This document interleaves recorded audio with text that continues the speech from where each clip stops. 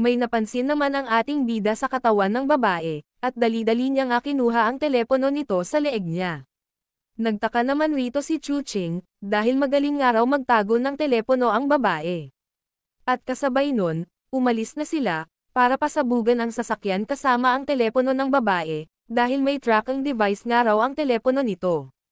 Pagkatapos ng ilang sandali, mapupunta ang eksena sa Yunshan Mountain Yunjiang River, habang bitbit niya pa ang babae, at sambit din nito sa kanyang isip. Ngayong gabi, may pagkakataong makapagpahinga, sa makalawa, magbabago ang buhay sa Jiman City. Kasabay nun, hinagis niya naman ang babae sa ilog, para ito ay magising sa kanyang pagkatulog. At sambit din nito sa kanyang isip, habang pinagmamasdan niya ang babae. Ang mga babae sa mundong ito ay hindi kailangang tretuhin ng maingat, kung magpapakita ako ng kahinaan, ako ang mamamatay. Nagising naman rito ang babae, at sabay iyak naman nito ng napakalakas, dahil akala niya nga raw ay nasa langit na siya. Nagpintig naman ang mga tenga ni Chuching, dahil sa sobrang ingay nga raw ng babae. Natakot naman rito ang babae, dahil akala niya nga raw ay kasama niya na ang kamatayan. Saad din nito na wag nga raw lumapit ang bida sa kanya, at wag niya nga raw kukunin ang kanyang kaluluwa. Nag-ala-demonyo naman rito si Chuching na kung gusto niya nga raw ay kukunin niya ang kanyang pechay para masiyahan naman siya. Nagsaad naman rito ang babae, habang umiiyak na kung hindi pa nga raw siya patay. At ito ba ang ilog ng mga patay? At sambit din niya na ayaw niya pa nga raw mawala sa mundo dahil madami pa nga raw siyang gustong gawin sa kanyang buhay. Napasabi na lamang ang ating bida sa kanyang isip na matagal na siyang hindi nakarinig ng umiiyak na babae. Ang mga babae sa mundong ito ay napakalakas, hindi sila madaling umiiyak. Nagsalita naman rito ang babae, na kung nabuhay ba siya ulit. Wala na lamang masabi ang ating bida rito, kundi pagmasdan na lamang ang siraulong babae. Nabahing naman rito ang babae, at nagpagtanto din nito na buhay pa nga raw siya. Natuwa naman rito ang bida, dahil sa naging reaksyon ng babae. Humiyaw naman ang babae, dahil natutuwa nga ito na hindi pa siya namatay. Humiyaw din ang ating bida sa tawa, dahil nakakita nga raw siya ng baliw na babae. Napansin naman siya ng babae, at dali-dali niya nga pinagmumura ang bida sa inis, at aakma na sana itong sisipa sa bida. Ngunit bigla na lang hinawakan ni Chuching ang paa niya. Kasunod nun, nagsalita naman ang ating bida sa babae, na bibigyan nga raw siya ng kondisyon kung papatayin niya ito o hindi, at nagtanong din ito na kung ano ang pangalan nito, at kung saan ito nanggaling. May kampiyansa naman nagsalita ang babae, na wala nga raw itong pakialam kung patayin niya siya, at kung kaya niya nga raw gawin ito, gawin niya na. Nagpintig naman ang mga tenga ni Chuching rito, at dali-dali niyang inangat ang paa ng babae, at sabay love-love din ito sa tubig, para patunayan na kaya niya siyang paslangin. Sa sobrang takot ng babae na paslangin siya ng bida, dali-dali nga itong nagpakilala bilang Kiawei. Napangisi naman rito ang ating bida, dahil madali niya lamang itong natakot. Basang-basa naman rito ang babae, habang hinihingal pa sa ginawa ng bida sa kanya. Kasabay nun, nagsalita naman ang ating bida kay Kiawei, na tawagan niya nga raw siya bilang kanyang grandfather, at kung hindi ito sasang-ayon ilulunod niya nga raw ito ulit sa ilog. Wala na lamang nagawa rito si Kiawei, kundi ang sumang-ayon sa nais ng bida, dahil wala naman itong magagawa sa kanya. At kasabay nun, nagtanong naman ito sa ating bida, na kung sino nga raw ito. Hindi naman siya sinagot ni Chuching, dahil nagtanong ito kay Kiawei, na kung taga saan ito, at ano ang relasyon niya sa pamilya ng Lee. Sinigawan naman siya ni Kiawei, na wag nga raw ito magsalita ng nonsense. Bigla na lamang nenas rito ang ating bida, at dali-dali niya nga hinawakan ang leeg ni Kiawei. Nagtaka naman si Kiawei, na kung ano nga raw ang ginagawa ng bida sa kanya. Sarkastiko naman na nagsaad rito si Chuching, na bibigyan niya nga raw ito ng dalawang kondisyon, na kung hindi ito magsasalita kakainin niya nga raw ito ng buo bago niya ito paslangin, at kung magsasalita ito, hahayaan niya na nga raw itong mabuhay pa. Nagmakaawa naman ang babae na magsasalita na nga raw siya. Napasambit na lamang ang ating bida sa kanyang isip, na ngayon niya palang nagawang magbanta sa babae sa mundong ito. At kasabay nun, bigla na lamang nagmakaawa si Kiawei, na huwag nga raw siyang kakainin ng bida. Pinagpawisan naman rito ang ating bida, dahil virgin pa nga raw ang babae na ito. Nagsalita naman rito si Kiawei, na siyang araw ay 20 gulang pa lamang at isa lamang siyang hamak na mag-aaral, at saad din ito sa bida, na wala nga itong pakialam kung virgin pa siya o hindi. Nagtanong naman ang ating bida, na kung ano pang araw ang ibang impormasyon niya. Ngunit hindi naman siya sinagot ni Kia Wei, at pagalit nga ito na nagsaad na hindi na nga raw siya magsasalita pa sa bida. Sa pagmamatigas ni Kia Wei, bigla na lamang siya nilablab ni Chu Qing sa ilog, at pagkatapos ng pagpaparusa ni Chu Qing kay Kia Wei, sinabihan niya naman ito na magsalita na, at makikinig nga raw ito sa kanya. Wala na lamang nagawa rito si Kia Wei, kundi ang magsalita dahil kung gagawa pa ito ng kalokohan baka patayin na siya ng bida sa sarap. At kasabay nun, nagsalita naman ito, nakasama sa pamilya niya ang aking lola, mga magulang, at nakababatang kapatid, kakatapos niya lang sa kanyang pag-aaral at naghahanap nga raw siya ng trabaho. Inupahan ako ni Mrs. Lee ang head ng pamilyang Lee, kaya pumunta ako sa Jinmen. Sabi niya, ang anak niyang si Li Yue ang susando sa akin. Talaga bang pinatay mo si Li Yue? Narinig ko na ang pamilya Lee ay may malaking impluwensya sa Jinmen. Sinabihan naman siya ni Chu Qing, na si Li Yue ay talagang pinatay ko, kung hindi, hindi ako mapapadpad dito ngayon, at nagtanong din ito na ano ang ipinagawa sa iyo ni Mrs. Lee. Sumagot naman si Kia Wei, na nag-aral nga raw siya sa drug development para gumawa ng mga gamot. Seryoso din na nagtanong si Chu Qing, ang kagalang-galang na pamilya Lee ay humiling sa iyo, isang estudyante sa kolehiyo, na bumuo ng gamot at ipadala si Li Yue para sunduin ka. Papaano mo magagawa iyon? Kasabay nun, bigla na lamang naisip ni Chu Qing ang plano ni Mrs. Lee kay Kia Wei. Nagtanong din ito, na kung yun lang ba raw ang lahat ng kanyang nalalaman. At kung may tinutukoy pa ba ito? Kinakabahan naman ito, at nagsaad nga ito na iyon na lahat nga raw ang kanyang mga nalalaman.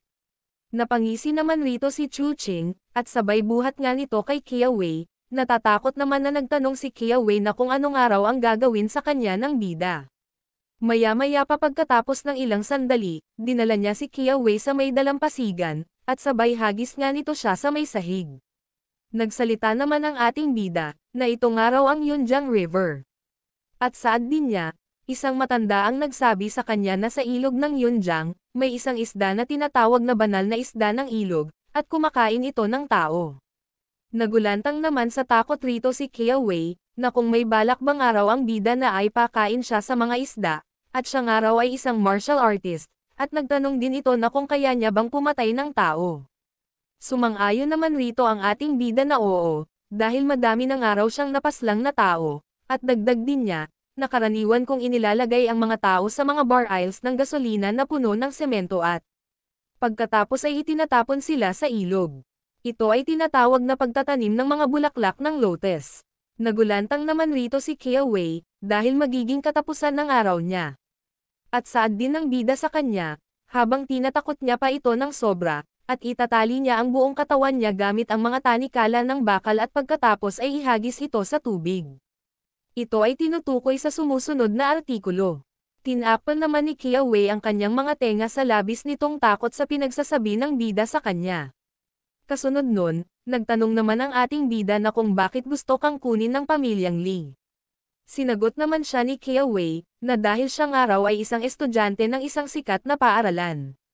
Napasambit na lamang si Chu Qing sa kanyang isip, na hindi nakapagtataka na ang mga taong nagmumula sa mga pambansang unibersidad ang mga haligi ng imperyo, tila nakatagpo ako ng ginto. At nagtanong din ito, na kung bakit niyang araw ito sinabi. May yak-iyak naman nagpaliwanag rito si Kia Wei, na walang sumusuporta sa kanya, at hindi rin ako susuportahan ng paaralan. Alam mo bang gaano ako kalungkot?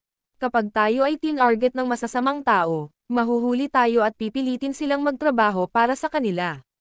Mas pipiliin kong mamatay kaysa mawala ang aking kalayaan. Nagtaka naman rito ang ating bida, na kung bakit niyang araw ito sinasabi sa kanya. Pinagmumura naman siya ni Kia Wei, na meron nga raw siyang pamilyang maghihintay sa kanya, kaya pakiusap wag niyang araw siyang patayin. Kasabay nun, sabay iyak naman nito ng napakalakas, dahil napakamalas niyang araw sa kanyang buhay, at nakatagpo pang araw siya ng isang demonyo na kagaya ng bida. Napakamot na lamang si Chu Qing sa kanyang ulo, at sinabihan niya ito na wag ng araw itong umiyak at umalis ng araw sila para mapalitan na ang kanyang basang damit. Tumila na sa kakaiyak si Kia Wei, kaya sinabihan niya ang bida, na hindi nga raw siya makatayo. Wala naman nagawa rito ang ating bida, kundi tulungan si Kia Wei sa pagtayo. Ngunit sa hindi inaasaang pagkakataon, bigla niya na lamang sinunggapan ang bida, dahil sa kanyang pag-aakala na kaya niya ang bida. Hindi naman gumana ang ginawa ni Kia Wei sa bida, at kasabay nun, naging seryoso naman ang ating bida rito. At sabay sinunggapan niya din ito patungo sa ilog. Nagmamakaawa naman rito si Kia Wei na tulungan nga raw siya ng bida, dahil mapapaslang nga raw siya. Sinabihan naman siya ni Chuching, na kumalmang araw ito. Maya-maya pa pagkatapos ng ilang sandali, nagsalita naman rito si Kia Wei, na hayaan mong ako na ang gumawa ng trabaho para sa iyo, pero kailangan mo akong bayaran, at kailangan kong alagaan ang aking mga magulang. Tinatanong naman siya ni Chuching, na kung magkano nga raw ang kanyang gusto. Sinagot naman siya ni Kia Wei, na si Mrs. Lee ng pamilyang Lee ay nag-offer sa kanya ng 50 milyon. Sinabihan naman siya ni Chuching, na sa kanya ang paggaganap. Kung maganda ang iyong trabaho, lalampas ito ng 50 milyon. Kung mahina ang iyong pagtatrabaho, wala kang makukuha. At napasambit na lamang si Kia Wei sa kanyang isip, kapag nakagawa na ako ng gamot, tiyak na gagawa ako ng lason para patayin siya. Mga bulaklak na nabasag, mga pusong nalalanta. Gusto kong mabulok ang iyong mga bituka sa loob ng iyong tiyan, ang iyong katawan ay mapuno ng nana, ang iyong mga buto ay mabubulok at mapuno ng uod, para hindi ka mabuhay o makapaslang. Pagkatapos ng ilang sandali, makikita rito si Kia Wei, na nawalan na nga ito ng malay. At kasabay nun, dali-dali naman sinagip nito ni Chuching sa pamamagitan ng sapor. Nagkaroon naman agad ng malay si Kia Wei, at nagtanong nga ito na kung anong araw ang pangalan ng bida. Nagpakilala naman rito si Chuching, at tawagan niyang araw siyang boss. Pinagmumura naman niya ang bida sa labis nitong pagkainis sa kanya, at nagtanong din ito, na kung ano ang alitan meron ka sa pamilya Lee. Paano kung isang araw ako ay hanapin at patayin ng pamilya ng Lee? Sinabihan niya naman siya na kahit na may silbi ka sa pamilya ng Lee, hindi ka nila papatayin, yan ang dapat mong ikabahala. Sumang-ayon naman rito si Kia Wei sa kanyang isip, habang naglilisik ang mga mata nito sa tuwa, na siya nga raw ang papatay sa bida sa pamamagitan ng paggawa niya ng nakakalason na gamot. Napangisi naman rito si Chuching, dahil nalaman niya agad na kung ano nga raw talagang balak gawin ni Kia Wei sa kanya. At sambit din nito, na makakasiguro ka, bago ako mapaslang, tiyak na isasama kita sa pagbagsak ko. Napamura naman sa galit si Kia Wei, dahil walang araw puso ang bida. Nagalit naman rito si Chuching, at pinagbantaan niya ito na kakainin niyang araw ito kapag hindi pa ito nanahimik. Natakot naman rito si Kia Wei, at dali-dali nga itong lumayo sa bida. Kasunod nun, humiga na si Chuching, at sinabihan niya naman si Kia Wei na magpahinga na munang araw sila ngayon rito, at sinabihan niya din ito na tumabi sa kanya para hindi nga raw ito makatakas sa kanya. Hindi naman sumagot rito si Kia Wei, kaya pinagbantaan siya ni Chuching na kung hindi pa nga raw ito susunod, baka maliligaw na naman ito ulit sa ilog. Wala na lamang nagawa rito si Kia Wei kundi ang tabihan ang bida. Mabilis naman nakatulog rito si Kia Wei, dahil sa labis nitong kapaguran sa pambubugbog ng bida sa kanya. Kasabay nun, ginamit naman ni Chuching ang kanyang aura para hindi lamigin si Kia Wei. Malilipat na ang eksena kay Meng Zui, habang sinusuri niya ang sumabog na sinakyan ng bida. Napasambit din ito sa kanyang isip, na ang paghahanap ng tao sa Yunshan ay parang paghahanap ng karayom sa dayami, at akala ba ni Chuching, na makakaligtas siya sa kanyang kontrol ng ganito. Kasabay nun, tumawag naman ito sa kanyang telepono, para utusan ang kanyang mga tauhan na ikidnap si Chu Xiao, at wag nga raw nilang hahayaan na maunahan sila ng iba. Malilipat na ang eksena kay Chu Xiao, nang biglang lumitaw ang mga tauhan ng mga pamilyang Li para paslangin si Chu Xiao. Ngunit sa kabutihang palad, nakapunta naman agad rito ang taga-pamilyang Ye, para iligtas si Chu Xiao sa kapahamakan. Nagtaka naman rito si Chu Xiao, na kung ano nga raw ang nangyayari. Kasabay nun, bigla na lamang may humila kay Chu Xiao, na taga-pamilyang Tang, at nagsaad nga ito na sila na nga raw ang bahala sa kaligtasan niya. Nagtanong naman rito si Chu Xiao, na kung sino nga raw ang nag-utos sa kanila. Sinagot naman siya ng tauhan na ang kanilang young lady na si Tang Ziyan. Ngunit sa hindi inaasaang pangyayari, bigla na lamang may gumamit ng aura patungo sa tauhan ng pamilyang Tang, at kasabay nun, madali lamang silang natalo ng walang kahirap-hirap. Ang dumating na nilalang ang mga tauhan ni Meng Zui. Nagtanong naman rito si Chu Xiao na kung bakit nga raw sila nandito. Sinagot naman siya ni Sister Nan, na pinapasundo ka nga raw ni Meng Zui, para mag-overtime nga raw sa kanyang trabaho.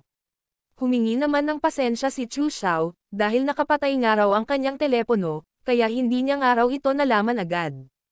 Nagtanong naman rito si Sister Nan, na kung may problema nga ba si Chu Xiao. Natatakot naman na sumagot si Chu Xiao, na wala nga raw siyang problema. Makalipas ang ilang sandali, mapupunta ang eksena kay Mrs. Lee, habang nasa bahay ito ng bida. Makikita rin rito ang pinaggagawa nila sa bahay ng pamilyang Chu. Kasabay nun, nagulat naman rito ang kanyang tauhan, hinanap na nga raw nila ang lahat, ngunit wala nga raw ang pamilya ni Chu Qing rito. Naging seryoso naman rito si Mrs. Lee, dahil naunahan nga raw sila ni Mrs. Ye, at kailangan niya nga raw itong puntahan. Para maturuan ng leksyon.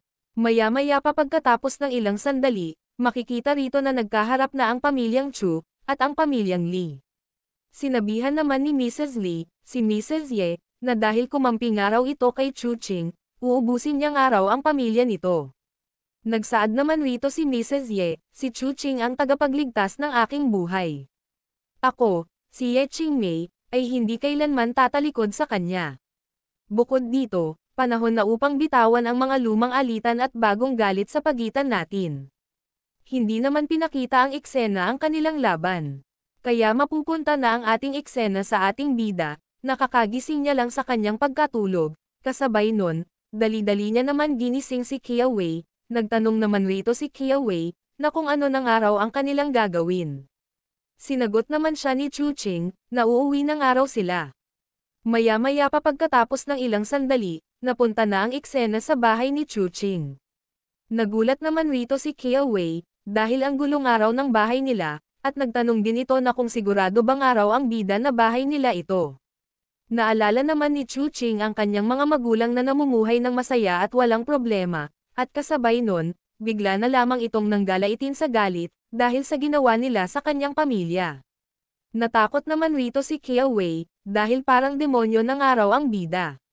Seryoso din sinabi ni Chu Qing, na maghanda nga raw ang pamilyang Lee sa kanya, dahil ibabalik niya nga raw ng 10 beses na ginawa nila sa kanyang pamilya. Kasunod nun, niyaya naman niya si Kia Wei na umalis na nga raw sila, nagtanong naman si Kia Wei na kung saan na naman nga raw sila pupunta. Sinagot naman siya ni Chu Qing, na pupunta nga raw sila sa pamilyang Ye. Mapupunta na ang eksena sa Ye family. Namangha naman rito si Kia Wei, dahil ang laki nga raw ng bahay ng pamilyang Ye. Kasunod nun, natuwa naman rito si Ye Chenxi dahil ligtas nga raw si Chu Qing sa kapahamakan at sabay yakap nga nito sa kanya. Sinabihan naman sila ni Kia Wei, na hindi ba nga raw sila nahihiya na bata pa nga raw ang kanyang boyfriend. Nagtaka naman si Ye Chenxi, at nagtanong nga ito sa kanya, na kung nagseselos ba ito. Nanggalaitin naman sa galit si Kia Wei, na wala nga raw siyang pakialam sa kanila. Kasunod nun, nagpakilala naman rito si Ye Chenxi kay Kia Wei, bilang ikalawang anak ng pamilyang Ye, at sambit din nito sa kanyang isip, na kailangan niya nga raw itong bantayan, dahil baka madadagdagan na naman sila. Sinabihan naman siya ni Chu Qing, na siya nga raw si Kia Wei ang kanyang alalay, nagalit naman rito si Kia Wei, dahil sa pangit na pagtrato ng bida sa kanya.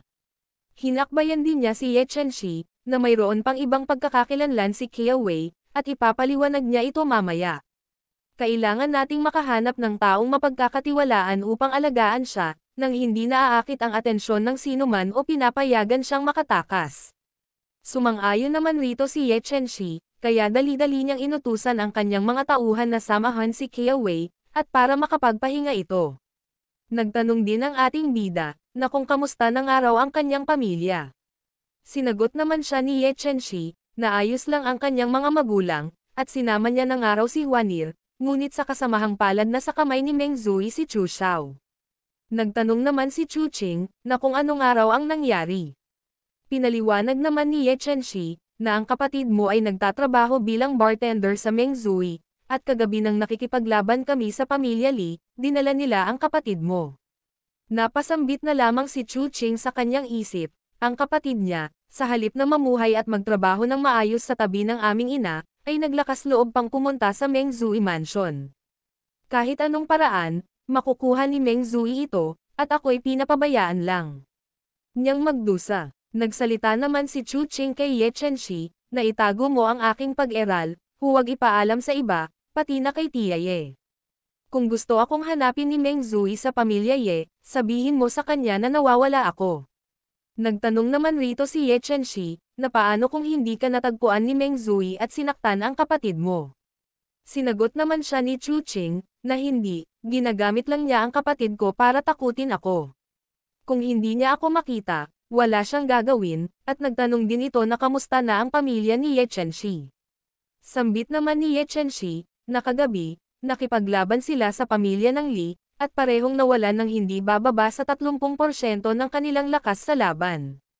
Ito ay sa tulong ng mga pil na ibinigay mo sa amin, kung hindi, ang mga pagkalugi ay doble.